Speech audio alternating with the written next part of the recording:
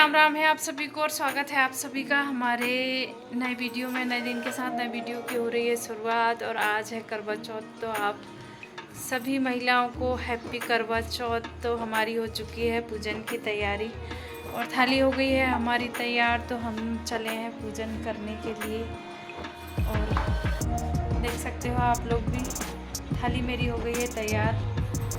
और सभी महिलाएं जो पूजन इकट्ठा एक साथ एक ही जगह पर करती हैं वो सभी हो गई हैं इकट्ठी। तो एक दो बार हो गया है बुलावा हमारा कि जल्दी से आइए। तो चलिए चलते हैं और दिखाते हैं कि हम कैसे करते हैं पूजन और कैसे क्या पूजन की विधि होती है हमारे यहाँ पे। तो बने रहें आप हमारे वीडियो के साथ में।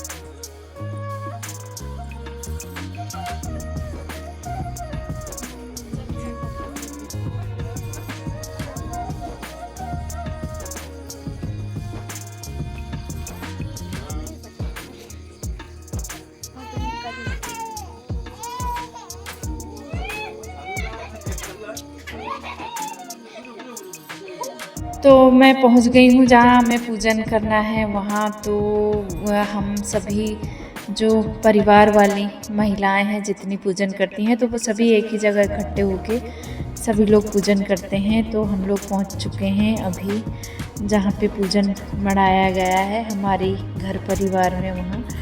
तो अभी देख सकते हो आप लोग कि हमारी चाची जी का पूजन हो गया है इधर और धीरे धीरे करके सभी लोग हो रहे हैं इकट्ठे। और अभी यहाँ पे मेरा पूजन हो गया है स्टार्ट। तो मैं भी करने लगी हूँ पूजन। तो हमारा जो पूजन होता है वो सिंपल तरीके से जैसे हमने पहले से देखते आए हैं। हमारी चाची सास जी जो हैं वो करती थी जैसे पूजन, तो उन्हीं के तरीके से हम लोग भी पूजन करते हैं जो हमारे यहाँ पहले से चला आया है सिंपल तरीके से। बहुत से लोगों के यहाँ अपना अपना तरीका होता है पूजन करने का। बाकी हमने जो पहले से देखे हुए हैं जिस तरीके से पूजन हमारे यहाँ करते हैं तो हम लोग भी उसी तरीके से पूजन करते हैं। तो यहाँ पे हमने पहले जगह को लीप लिया जाता है गोबर से और उसके बाद में रख दिया जाता है पट्टा। और पट्टे के ऊपर में फिर कपड़ा बिछा के उस पर गणेश जी को बिठाल देते हैं और कलश देवता और पीछे में जो करवा चौथ वाला पोस्टर आता है उसको चिपका दिया जाता है। और फिर इन सभी की जाती है पूजा और अपने अपने पास में अपना अपना जो सामान होता है सुहाग का छलनी वगैरह करवा और ये सारी चीज़ें चढ़ाई जाती हैं। तो इधर मेरा पूजन हो चुका है। उसके बाद हमारी चाची जी कर रही हैं पूजन और धीरे धीरे करके सभी लोग तैयार होके आते भी जा रहे हैं और पूजन करते भी जा रहे हैं। तो हम 7 से 8 लोगों को करना था एक साथ में पूजन, तो काफ़ी ज़्यादा टाइम लग जाता है। इसीलिए जो जितने टाइम पे तैयार होते जा रहा है वो आते जा रहे हैं और पूजन करते जा रहे हैं। तो भाई हमारे यहाँ तो सिर्फ सिंपल तरीके से विधि होती है पूजन पाठ की, तो हम उसी तरीके से करते हैं। बाकी सबके यहाँ अलग अलग तरीका होता है। कुछ लोग पूजन करने के दोपहर में पूजन कर लेते हैं और कथा वगैरह दोपहर में हो जाती है। कुछ लोगों की फिर रात में होती है और अपनी जो थाली वगैरह है वो एक्सचेंज करने वाला, ये अलग अलग तरीके से भी पूजन करते हैं। बाकी हम तो सिर्फ सिंपल इसी तरीके से जो गणेश जी हैं उनको बिठाते हैं, कलश देवता होते हैं और जो पोस्टर में बनी हुई होती हैं करवा माता और भी बहुत सारी चित्र बने हुए होते हैं तो उनका करते हैं पूजन। तो इधर सभी लोगों की लगभग हमारी हो गई हैं पूजन करके। और ये हमारी ननद जी हैं जो कर रही हैं पूजन।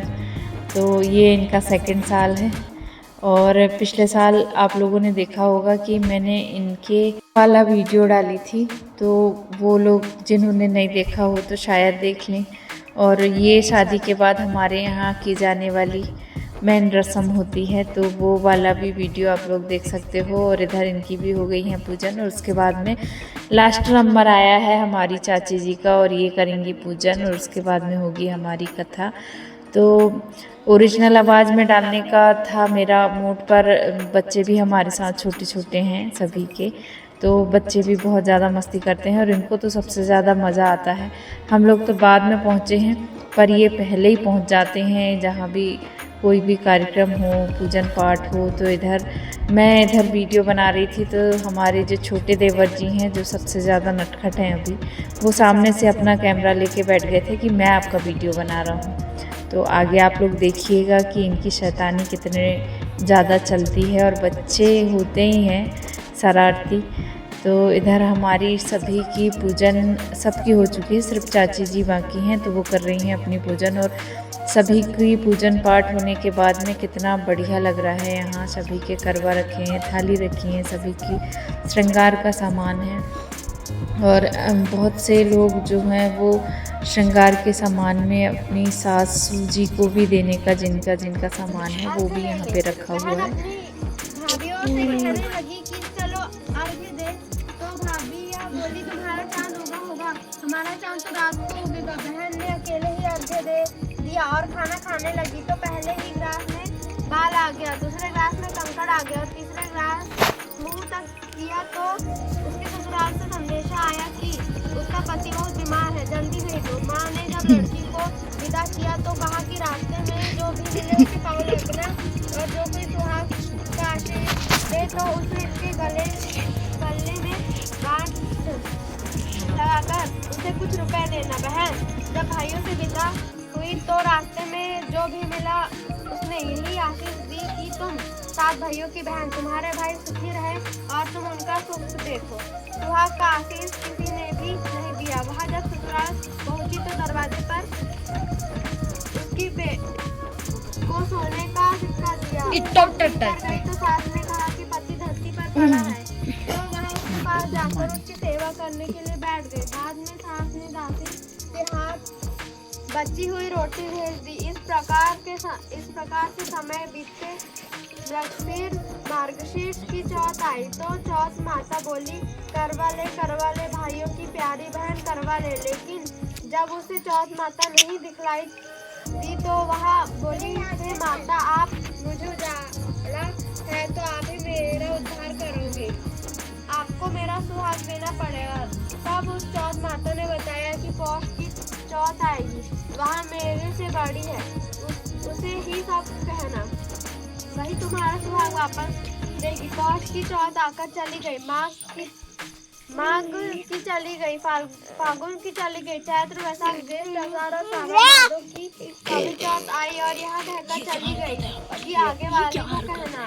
असौच की पर कार्तिक की चौथ नाराज है, उसी ने तुम्हारा सुहाग लिया है, वही वापस कर सकती है। वह आएगी तो पाँव पड़कर विनती करना। यह बात उसी की तरफ बस में करना, उसकी तरफ बस। कार्तिक की चौथ आई तो गुस्से में बोली भाइयों की तैयारी करवा ले, दिन में चांद उगानी करवा ले, व्रत खंडन करने वाली करवा ले, भूखी करवा ले। तो यह सुनकर वह चौथ माता को देखकर उसके पाँव पकड़कर गिड़गिड़ाने लगी है। चौथ माता, मेरा सुहाग तुम्हारे हाथों में है, आप ही मुझे सुहागिन करें।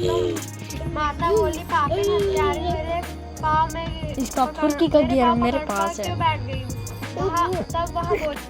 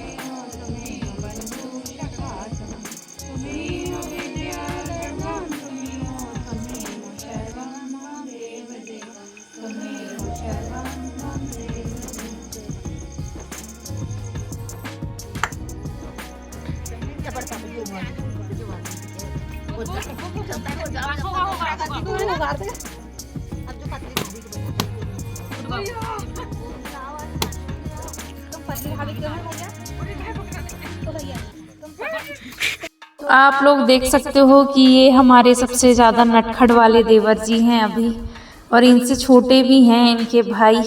तो जो आपने अभी पहले देखे होंगे जो फुटकी बजा रहे थे और नीचे पता नहीं क्या खोद रहे थे, तो वो अपनी मम्मी को कर रहे थे ज़्यादा परेशान। तो उनकी जो बहनें हैं वो उनको थोड़ी देर इधर उधर खिलाने की कोशिश कर रही थी, और अभी वो तंग करने लगे हैं। जिस टाइम में नारियल अभी फूट रहा है उस टाइम में तो हमारे ये छोटे नटखट देवर जी बोलने में और शैतानी करने में बहुत ज़्यादा होशियार हैं और इनसे नहीं फूट रहे थे नारियल।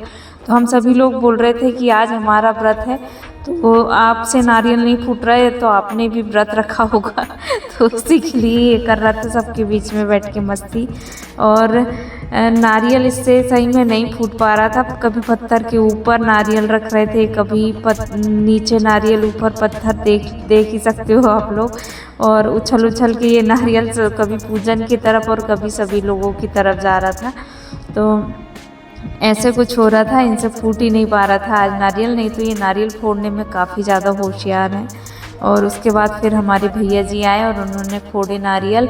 और अभी जो ये भाई साहब हैं, इनकी जो चाची जी हैं, जो मेरे पीछे हल्की सी साड़ी दिखाई दे रही है उनकी, तो उनकी आ गई हैं बेटियाँ नहीं, सिर्फ बेटी आई है एक ही।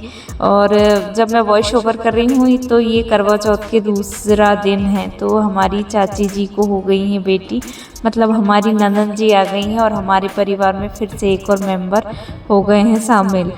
तो भाई बहुत ज़्यादा खुशी की बात है और हम लोग बहुत ज़्यादा इंतज़ार कर रहे थे। बहुत सालों के बाद में ऐसा कुछ मौका आता है कि परिवार में कोई नए सदस्य जुड़ते हैं, मगर 2 सालों से हमारे परिवार में 7 से 8 सदस्य से भी ज़्यादा जुड़ चुके हैं। तो पिछली बार आप लोगों ने देखा कि 4 मुंडन हुए थे और अब आप लोग देखिएगा इस साल कि कितने मुंडन होते हैं, तब आप लोगों को पता चलेगा कि हमारे परिवार में कितने ज़्यादा मेंबर जुड़े हुए हैं। तो इधर हमारे देवर जी हो गए थे परेशान नारियल फोड़ते फोड़ते और उनसे फूट ही नहीं रहे थे नारियल। तो अभी फिर हमारे भैया जी आ गए हैं नारियल फोड़ने के लिए और ये फोड़ेंगे सभी के नारियल। और फिर हम लोग सभी लोग इकट्ठा कर लेंगे अपने नारियल और मीठा केला और फल फ्रूट जो भी लेके आते हैं हम लोग प्रसाद में चढ़ाने के लिए, तो उन सभी का बनेगा प्रसाद और फिर सभी लोग बांटेंगे इधर प्रसाद। और जो चूड़ियाँ बिंदी ही होती हैं वो सभी एक दूसरे को देंगे और उसके बाद में फिर चलेंगे अपने अपने घर अर्घ दे के और फिर अपने अपने घरों में जो पूजन करते हैं उनके लिए। तो इधर हो गई हैं हमारी लगभग सभी पूजन पाठ कंप्लीट और उसके बाद मैं आ गई थी घर। और मेरे सिर में इतना तेज़ दर्द हो रहा था कि मैं बिल्कुल बता ही नहीं सकती हूँ। बहुत मुश्किल से मैंने इधर आके ये वाली पूजन की और उसके बाद मैं जस्ट पूजन अपना करी कंप्लीट और सो गई थी। बिल्कुल समझ में नहीं आ रहा था, इतनी ज़्यादा सिर में मेरे हो रहा था दर्द। तो आज का जो वीडियो है हमारा आप लोगों को कैसा लगा कमेंट में ज़रूर बताइएगा। और जो नए व्यूवर्स हों वो चैनल जिन्होंने नहीं सब्सक्राइब किया हो तो वो सब्सक्राइब करने और लाइक ज़रूर कर दें और बताएं कमेंट में कि हमारा आज का वीडियो आपको कैसा लगा। वीडियो थोड़ा सा भी अच्छा लगा तो एक लाइक ज़रूर कर दीजिएगा और सब्सक्राइब ज़रूर कर लीजिएगा। मिलते हैं अगली वीडियो में, तब तक के लिए राम राम, धन्यवाद। और थोड़े से चंदा मामा आज बादल में छुपे हुए थे तो थोड़े से ही निकल के दिखाई दे रहे हैं।